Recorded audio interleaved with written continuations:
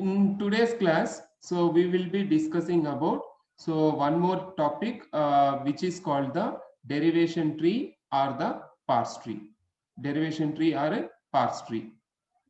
Okay, so here what actually we mean by derivation tree or the parse tree is, so first of all what we should know, first we should know what is the derivation. Once we are able to understand what is the derivation, then it becomes very easy for us to understand what is the derivation tree or the parse tree is. So derivation is nothing but, generally have a look at this. So derivation refers to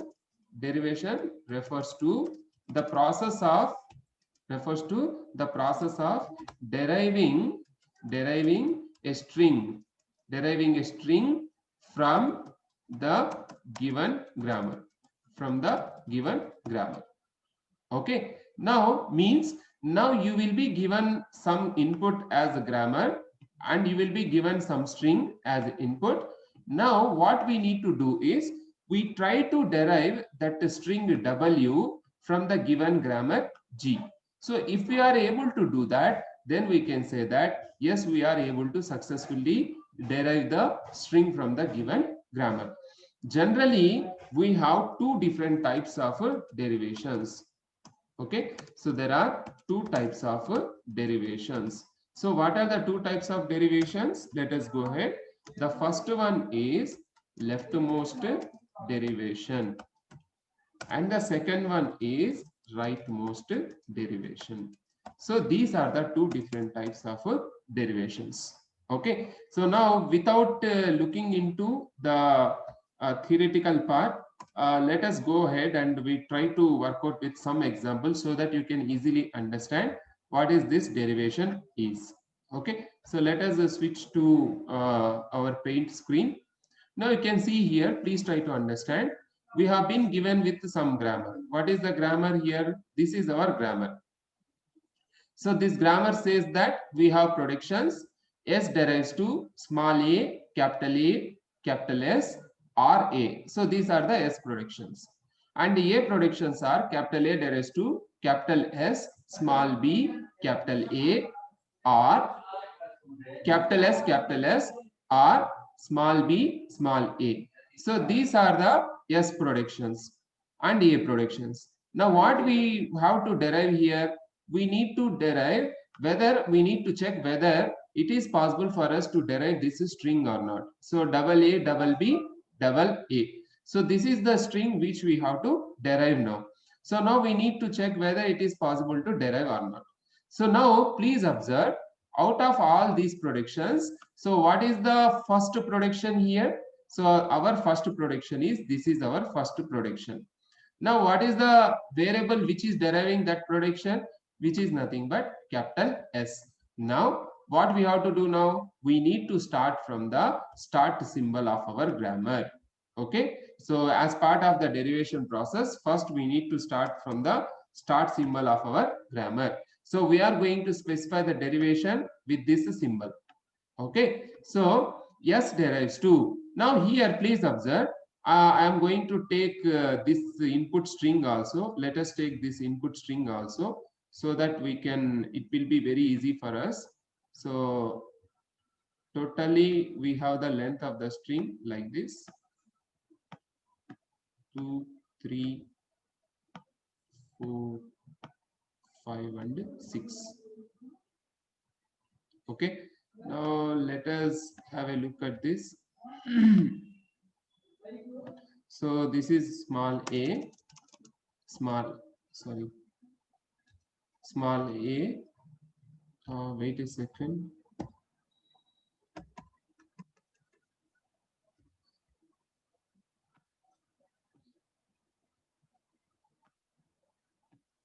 Small a, and this is a small b, and then small a and small a. Now this is what the string we have to derive using this start symbol of the grammar. Now let us check whether we are able to do it or not. So first, please observe, we have two productions for this S. What are the two productions we have? S derives to small a, capital A, capital A and capital S. So this is the first production. And the second production is S derives to small a. This is what the second production is available. Now, using this S, now I want to derive this lengthier string like a double A, double B and double A. Now, if I go for using the second production, what will happen? I am able to derive only the string called small a. I am not able to derive this much lengthier string. Now, what I am doing now, I am going to make use of this second production. What is that? Small a. So let us go ahead just to take this one. So small a, capital A, capital S. Now this is the first production which I am going to use now. Okay, then after that, now please observe. So we have a first terminal symbol we are able to derive from our string. Yes, it is we got small a. Now the next symbol which is available is capital A. What is this capital A is? It is a variable. It is a variable. Now associated with this variable, we will be having the productions. What are the productions are available for capital A? For this capital A, we have three productions. What are those? Capital S, small b, capital A, capital A. This is the first production. And the second production is A derives to capital S, capital S. This is the second production. And one more production, A derives to BA. A derives to BA. These are the three productions available. Now what we have to do is, for this capital A, out of these three, we need to pick any one production so that we are able to generate the next terminal string. What is our next terminal string to be generated? Small a. Now out of these three, please check which can be possible for us. If you go for third one, what we have? We have BA. But what we want to generate here? Small a. So this is not going to be the possible selection for us. But if you go for second one, now if you observe over here, we have capital S, small b, capital A. Now what is the capital S productions are? This capital S can I replace with a small a or not? So that I can get this A? Yes. So now what I do, I go for making use of this SBA. Now observe, now we are going to replace that capital A with SBA. So small a, and I am going to replace this capital A with S, small b, capital A and S. Okay, then again I am going to replace this capital S with the small a production. So small e, small a, small b, capital A, capital S. Capital A, capital S. Now please observe. So after replacing this capital A with this production, after replacing this capital A with SBA, we are able to derive small a, small a, small b. Now are we looking for this one? Small a is derived, small a is derived, small b is also we got. Then what is the next symbol we need to replace? We need to replace this with the capital A. Again, we need to replace this with the capital A. But this time, what is the next next symbol I am looking for? Now, so far, this part has been derived. Then what is the next symbol to be derived now? We need to get this one, small b. We need to get small b. Now we need to select this A productions in such a way that this small b should come into picture.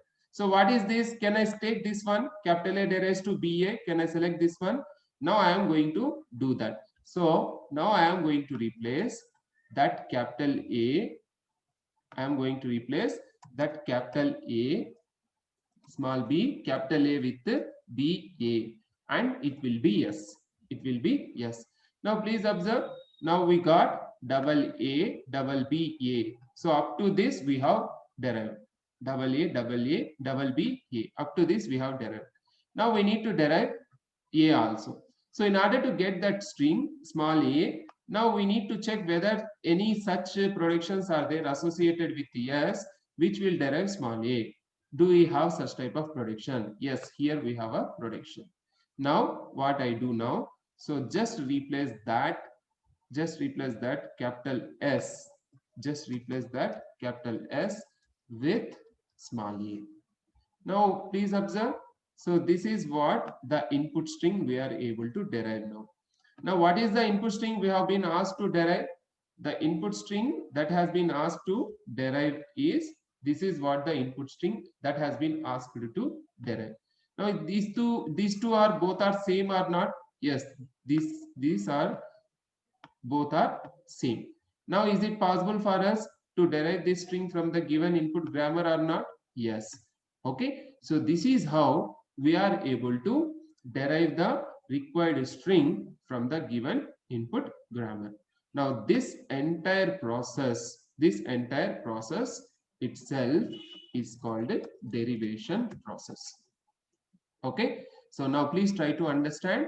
Derivation is nothing but, so from the given input grammar we try to derive the required input string. Please observe, so both are given in our input. So we have been given with the grammar and we have been given with the input string also.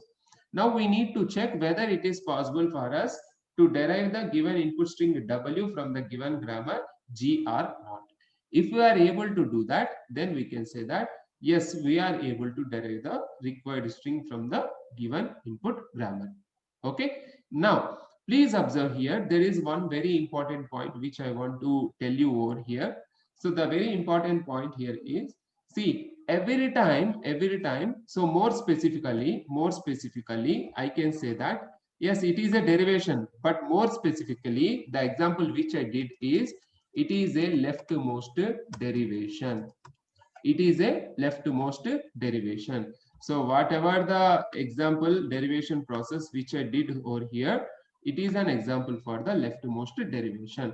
Why it is called a leftmost derivation means, let me tell you. So just go for this one. Just take this production. Small a, capital S. Small a, capital A and capital S. How many variables are there in this production? Two variables are there. What are the two variables? Capital A and capital S. So out of these two, now which variable I am replacing it with its production? I have done the replacement of a capital A. Once I did this replacement of capital A, I got a new production called S, A, capital S, then small b, then capital A, again capital A, and again capital S. This is what I got. This is what I got. Yes or no? Now in this, again what I am replacing now? Again I am going to replace this one, capital S. Please observe, even though I have three variables available, capital S, capital A and capital S. So now what I am doing? I am replacing it with only the capital S. In the next step, what I am doing? I am replacing, see, observe over here in our next step, small a, small b, and we have capital A and capital S. When it comes like this, we have two variables available. Again, I am replacing with capital A, not with the small capital S. Okay, then finally what I am doing? Finally, I am replacing S with its equivalent productions. Now, if you observe thoroughly, in our first production, what is the position of this variable capital A? Whether it is a leftmost variable or not. Please check whether it is a leftmost variable or not. Yes, it is the leftmost variable. It is the leftmost variable. Now go for the second production. This is our second production. When you look into the second production, we have small a, capital S, b, capital A, capital S. What is the leftmost variable?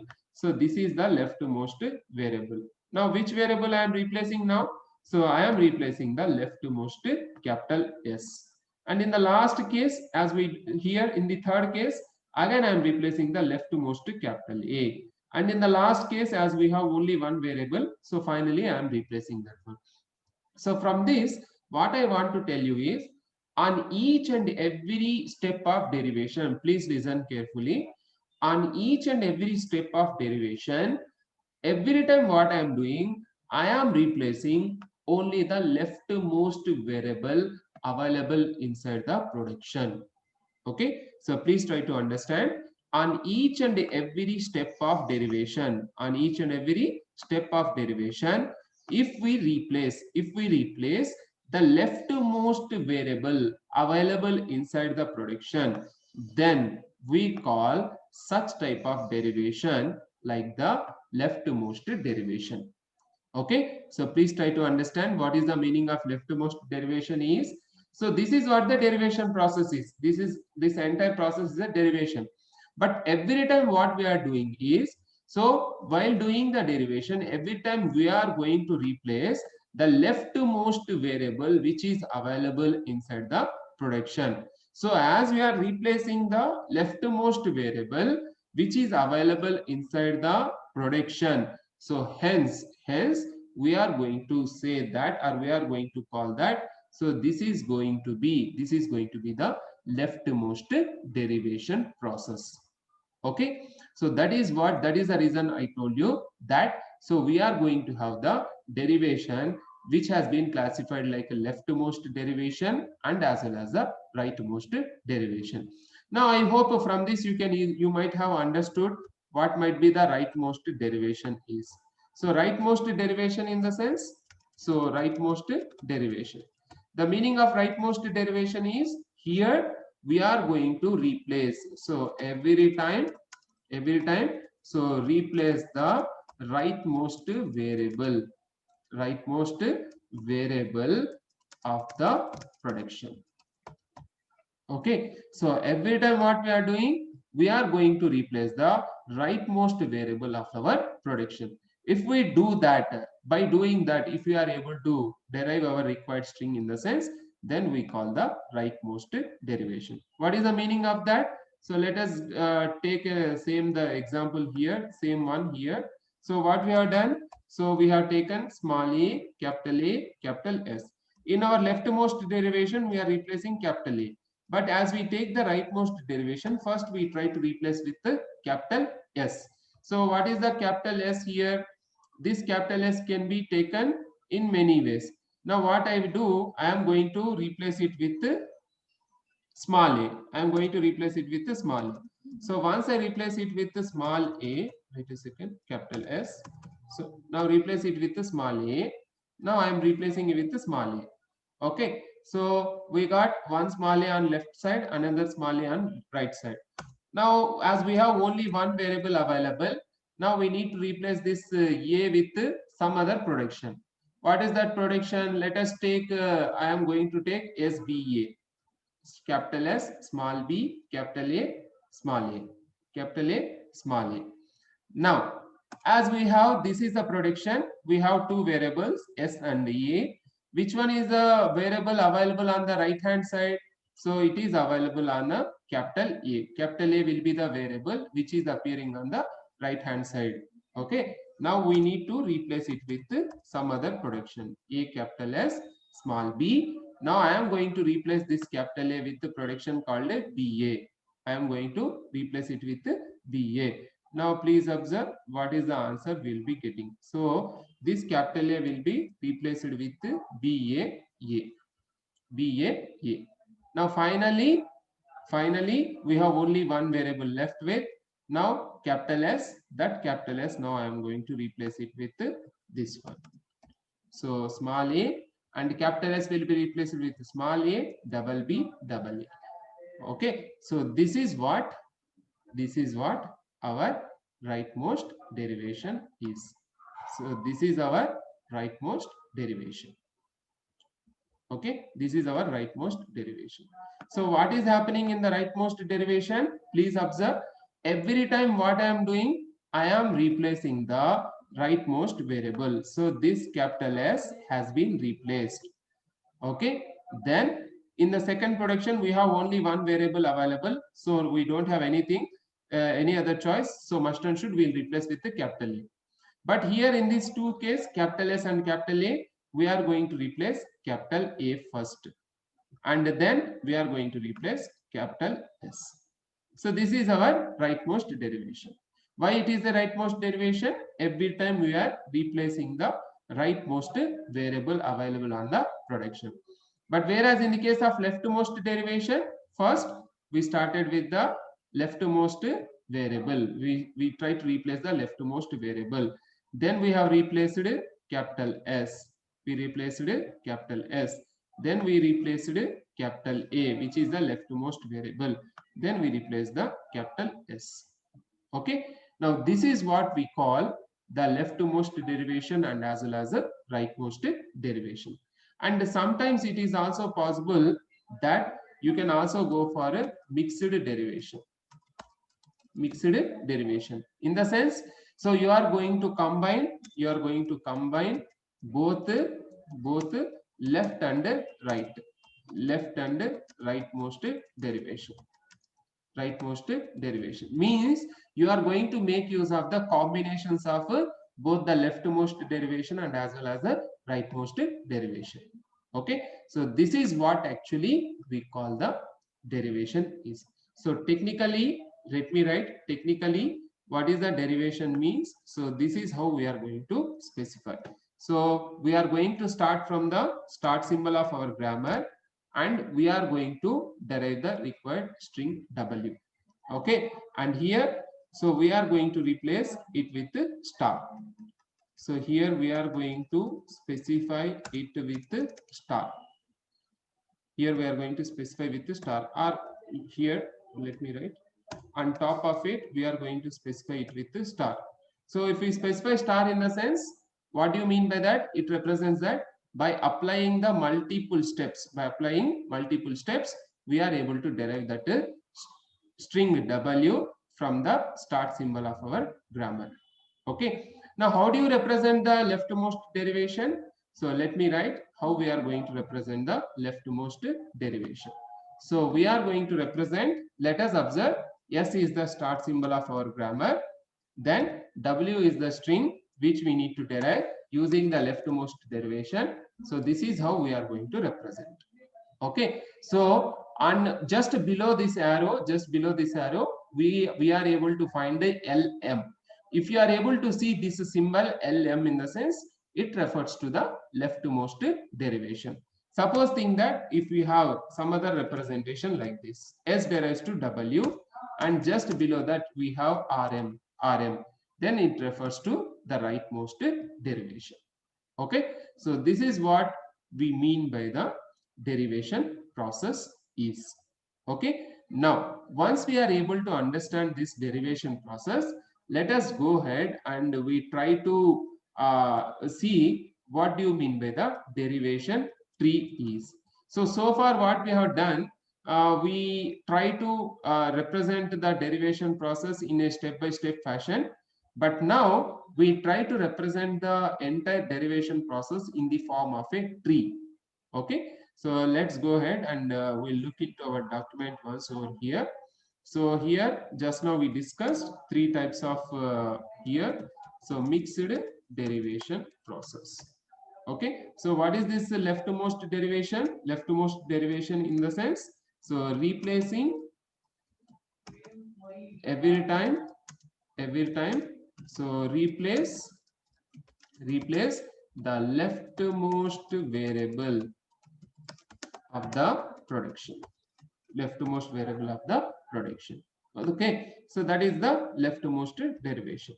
And here we are going to replace rightmost variable of the production. But here in the mixed case, so you can replace any variable that is either the leftmost variable or rightmost variable. That's your choice. Rightmost variable, any variable can be replaced. Okay, so these are the different types of derivations. So technically just now I told you, so what is the derivation is, so technically we are going to represent yes something like a W means what is this? S is our start symbol of our grammar and W is nothing but the string to be derived. If we are able to do that, then this is what we call the derivation process is. Okay, now let us go ahead and let's see what is this parse tree is. Parse tree or derivation tree. So parse tree or derivation tree is nothing but hierarchical representation of hierarchical representation of the derivation is called parse tree. Is called parse tree. Okay, and here also we have two types of parse trees. We have two types of parse trees. What are the two types of parse trees? First one, leftmost parse tree. I hope you are able to understand what is this leftmost parse tree is. Number two, rightmost parse tree. Rightmost parse tree. Okay, so what do we do in the leftmost parse tree? We try to replace the leftmost child. We are going to replace the leftmost child. In rightmost parse tree, we are going to replace the rightmost child in the derivation tree. Okay, so let us take the same example and we try to construct the parse tree for this. Okay, so whatever we have done so far with the help of derivation, now we try to do with the help of a tree. Okay, now you know that whenever we want to construct any tree, in the sense, first of all we should know what is the root node of the tree. Yes or no? What is the root node of the tree?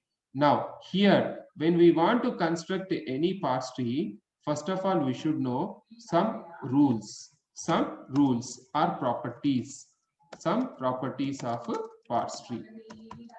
Some properties of a parse tree. So what are the properties? First one, what can act like a root node of the parse tree? Okay, just observe the start symbol of the grammar. The start symbol of the grammar is the root node of parse tree. I hope the answer has been given. Who can act like a start symbol? The root node. Root node is going to be the start symbol of our grammar.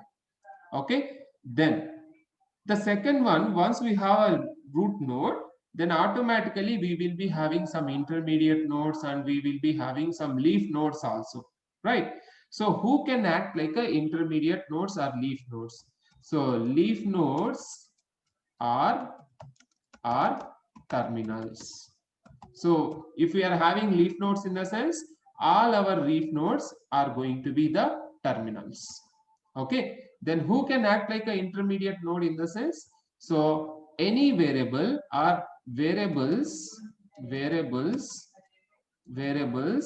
are going to be like intermediate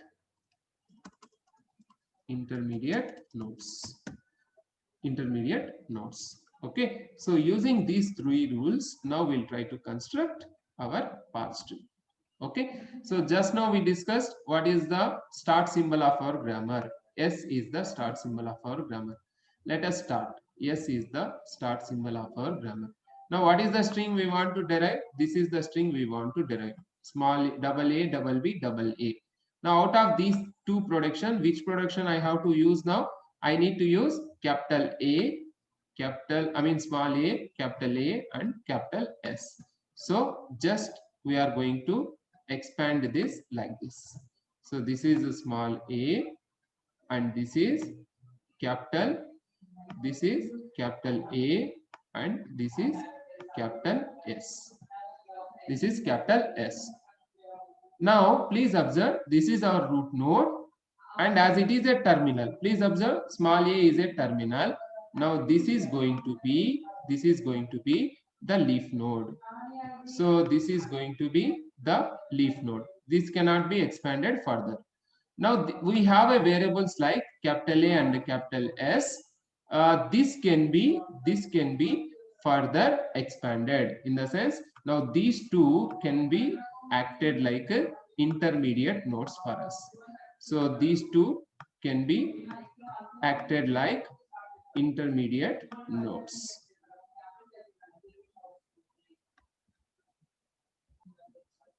This capital A and capital S are going to act like intermediate nodes, right? Now again, I want to derive this string, as this small a has been we got. Now we need to replace it with some other production. Now I am going to replace this capital A with, again replace capital A with capital S, small b, capital A. sorry, it is not capital A, it is capital S. It is capital, oh sorry, this is SBA, capital A. This is capital A. Okay, again we got this tree. In this tree we have two intermediate nodes. One is S, one is A. Now I am going to expand this S with the small a. Now we got a terminal string. And the B, this node is already a terminal node, so we don't go for doing any expansion. Then this capital A, now I am going to expand with small b, small a. Now we got these two like terminal nodes. Then capital S, again I am going to replace with small a. Now you do the in-order traversal. I hope everybody are aware of in-order traversal. Left, root, right. Now when I do the in-order traversal, just have a look at this.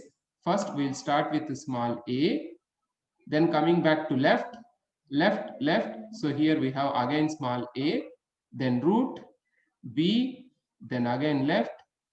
Then if you go like this, when you do the concatenation of all the leaf nodes, please do the concatenation of all leaf nodes.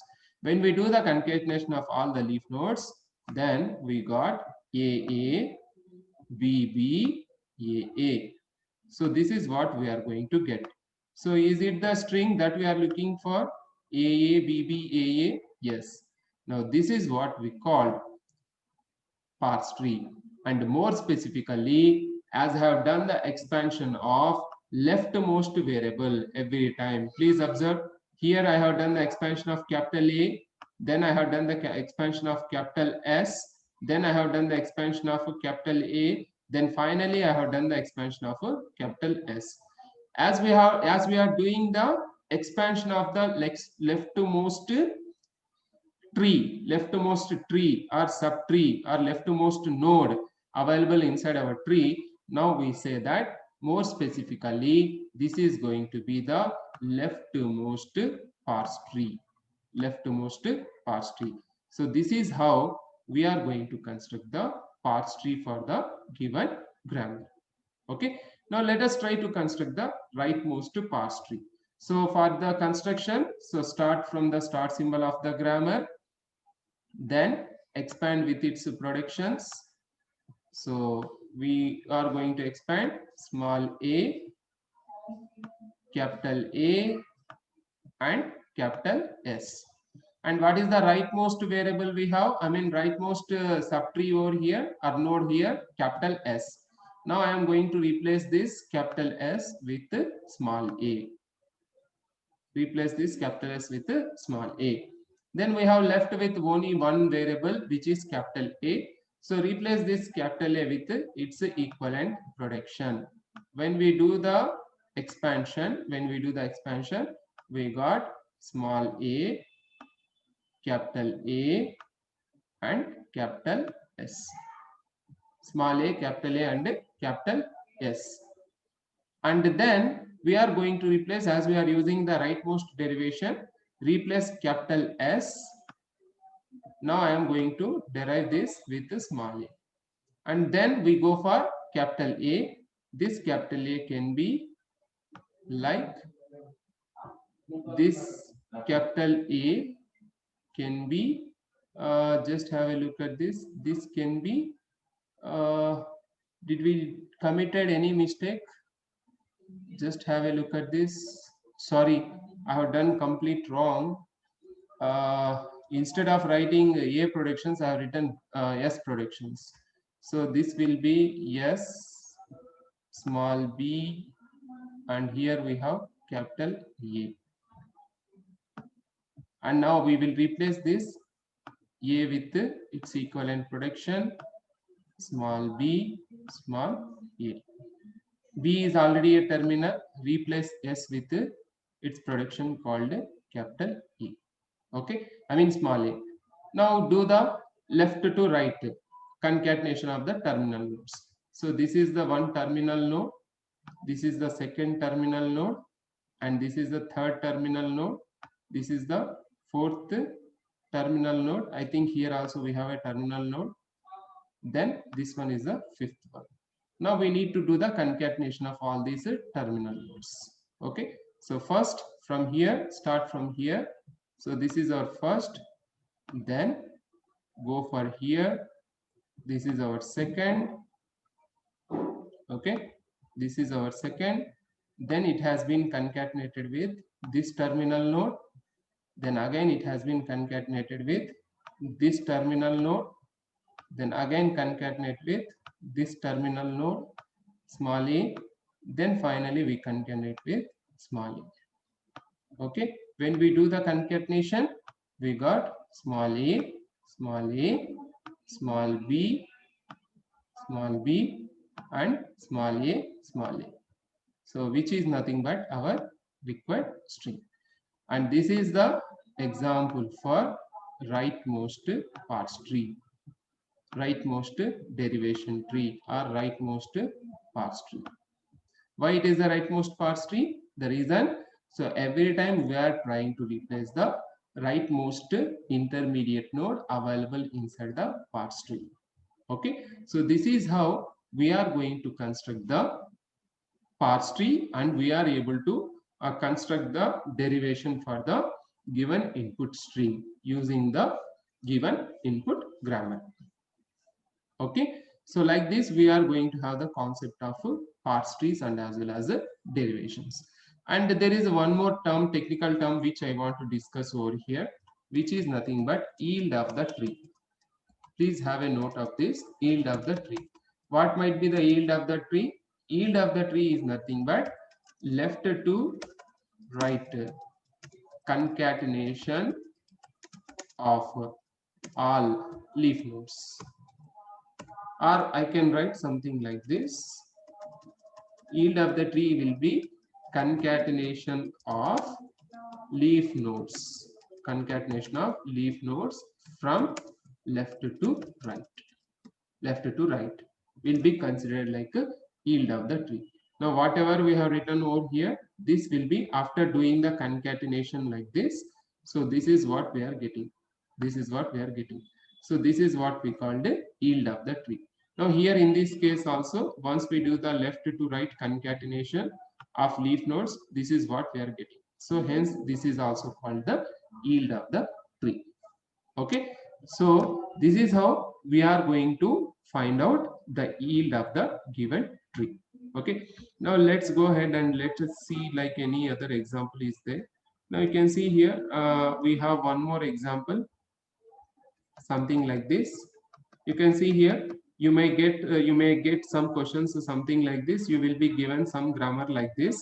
The grammar is like this: 0b or 1a, and a derives to 0 or 0s or 1aa, and b derives to 1 or 1s or 0bb.